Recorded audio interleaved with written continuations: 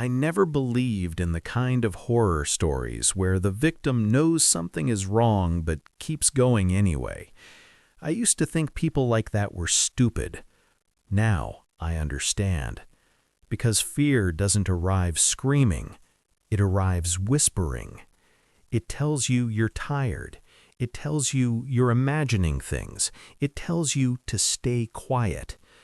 And I listened. I moved into the house on Hollow Creek Road because it was cheap. That should have been the first warning. The second was how quickly the landlord handed me the keys. No background check, no questions, no hesitation. He didn't even walk me through the house. He just stood at the end of the driveway, eyes fixed on the windows, like he didn't want to step inside. When I asked him why the rent was so low, he said, "People don't stay long." He smiled when he said it.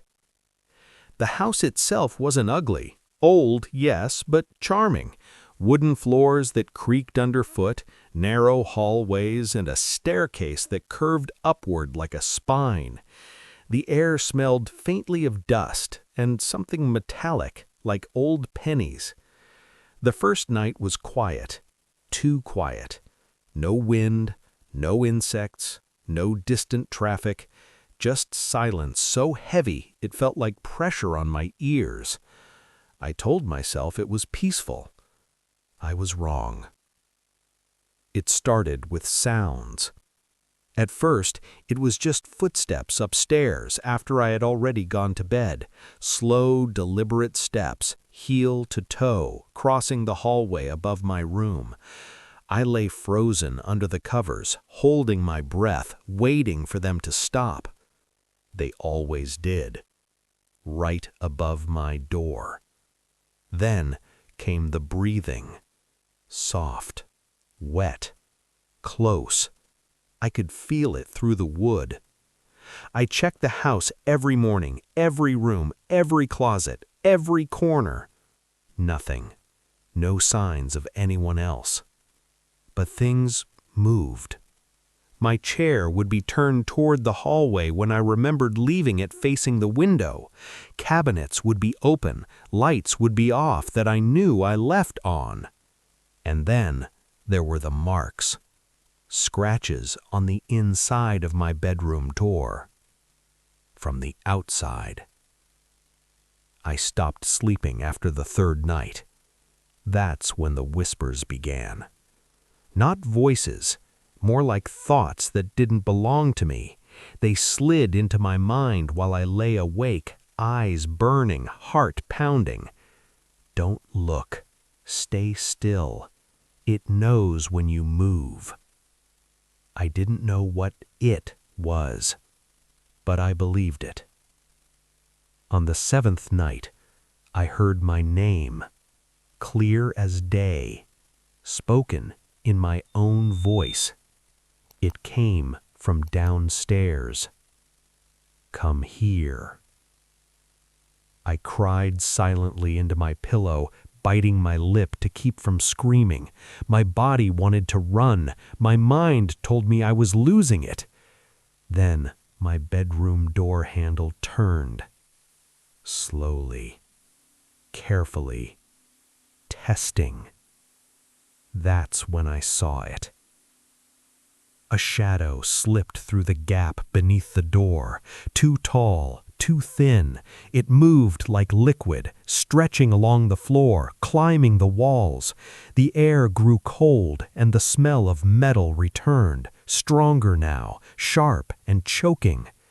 The whisper returned, louder. It's not the house. It's you. The door opened, and I understood. It wore my face. Not perfectly.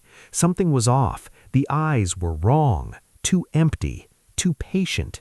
It smiled the way I smiled, but wider, hungrier. You finally noticed, it said. I couldn't move. I couldn't scream. It stepped closer and I felt my body go numb, like my soul was being peeled away. You don't belong here anymore. I do. When I woke up, I was in the basement, chained to the wall. The door above me was closed and locked.